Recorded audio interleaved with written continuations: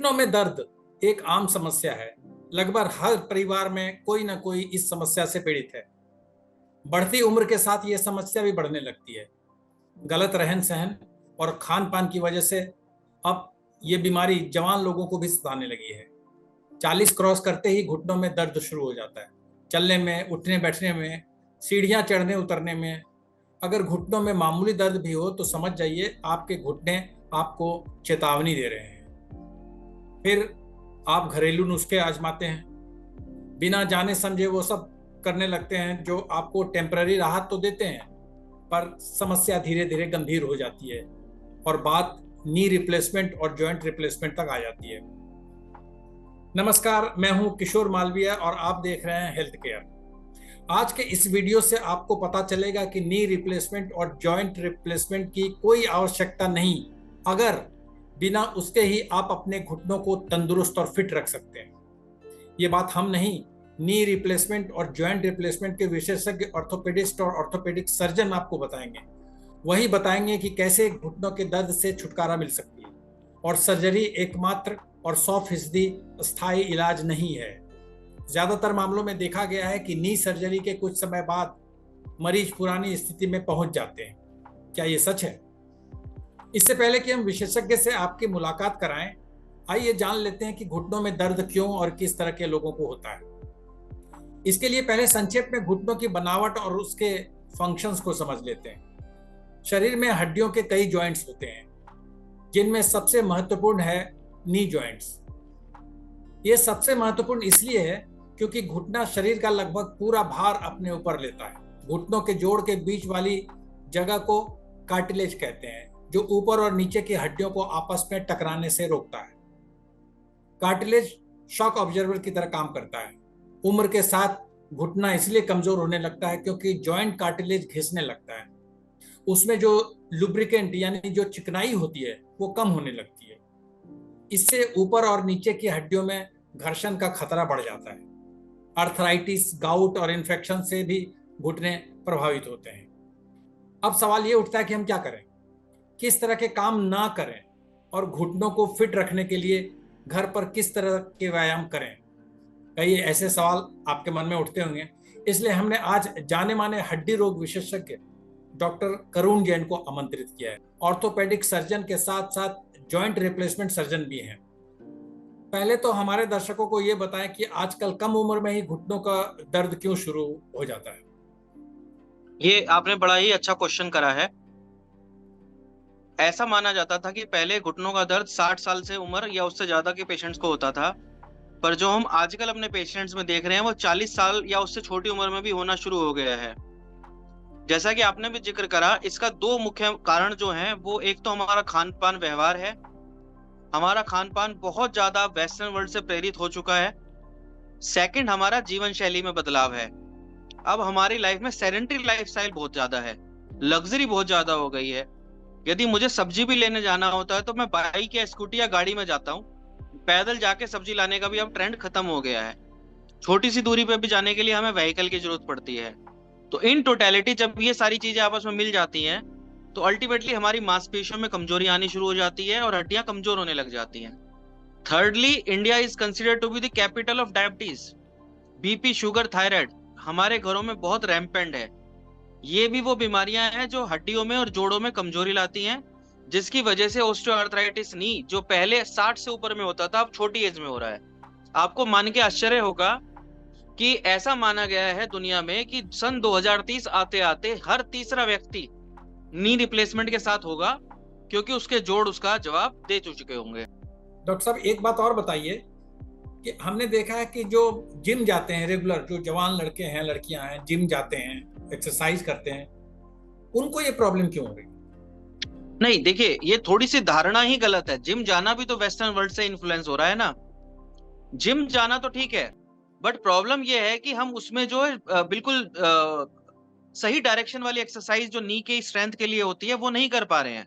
और जिम जाने के साथ साथ एक्सरसाइज तो कर रहे हैं, परंतु खान पान तो हमारा उसी दिशा में है ना।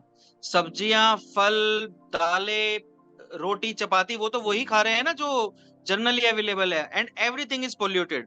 हर किसी में पेस्टिसाइड्स इतने ज्यादा होते हैं कि कोई भी चीज खाने के योग्य आज के दिन देखा जाए तो बहुत ही कम खाने पीने ऐसा है जो खाने के लिए योग्य है, और वो इनडायरेक्टली और डायरेक्टली हमारे जोड़ों को प्रभावित कर ही रहा है। उसमें आप और मैं भी अछूते नहीं है। जिम जाने वालों के साथ ये भी देखा गया है कि वो वेट लिफ्टिंग बहुत करते हैं, क्या उससे भी yes, joint? Yes, yes. Unnecessary weight lifting without warm up weight lifting. क्या होता है कि जिम में हम आधा घंटे के लिए गए और जाते ही वेट्स उठाने शुरू कर देते हैं। यदि आप एक्चुअली में जिम ट्रेनर से बात करो, जो जेन्युइन जिम ट्रेनर है, तो दे विल एडवाइज यू कि पहले जब तक हम वार्म अप एक्सरसाइज ना करें तब तक हमें वेट को टच ही नहीं करना चाहिए। तो we should do a good amount of warm up before we touch the weights, जो आजकल कोई नहीं करता है।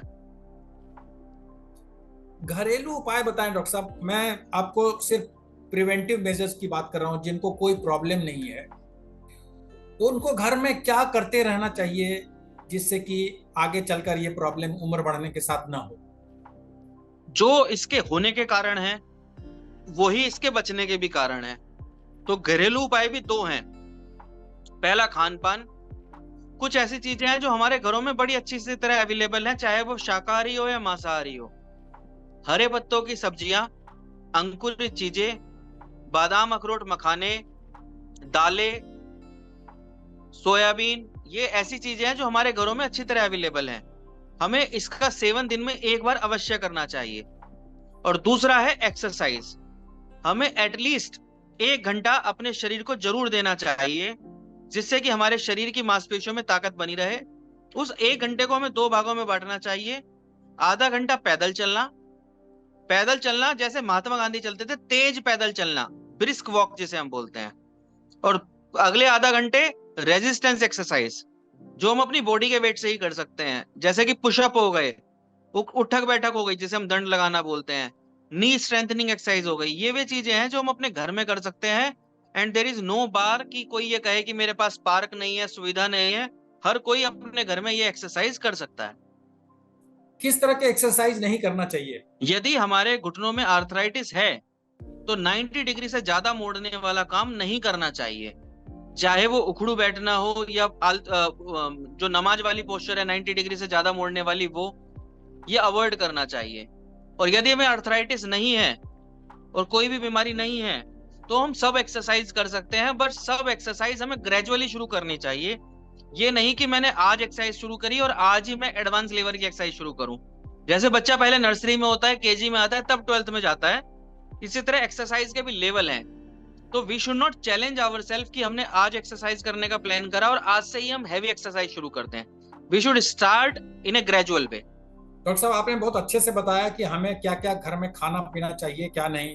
अब हमें ये बताइए कि क्या क्या परहेज करना चाहिए, हड्डियों को मजबूत रखने के लिए क्या नहीं करना चाहिए, क्या नहीं खाना चाहिए। सबसे इंपॉर्टेंट 2 चीजें, अल्कोहल एंड स्मोकिंग। ये केवल हड्डियों के लिए नहीं, इन जनरल भी, चाहे वो बीपी हो, शुगर हो, थायराइड हो, गठिया हो, बाय हो, अस्थमा हो, इन सब चीजों में भी अल्कोहल और स्मोकिंग का हमें व्हाट यू से अवॉइड करना चाहिए। बट आज के दिन हमारी सोसाइटी में alcohol is become a part of our society, तो we should try to avoid it as much as possible. Secondly, हमें कोशिश करनी चाहिए कि एज आई टोल्ड यू कि हमें शिथिलता वाली जिंदगी, जैसे कि बहुत सारी पॉपुलेशन आज के दिन, यंग पॉपुलेशन वो है जो कंप्यूटर ड्रिवन है, जो बैठ के काम करती है। तो they should always make a attempt कि हम हर 25 मिनट के बाद 5 मिनट चलें।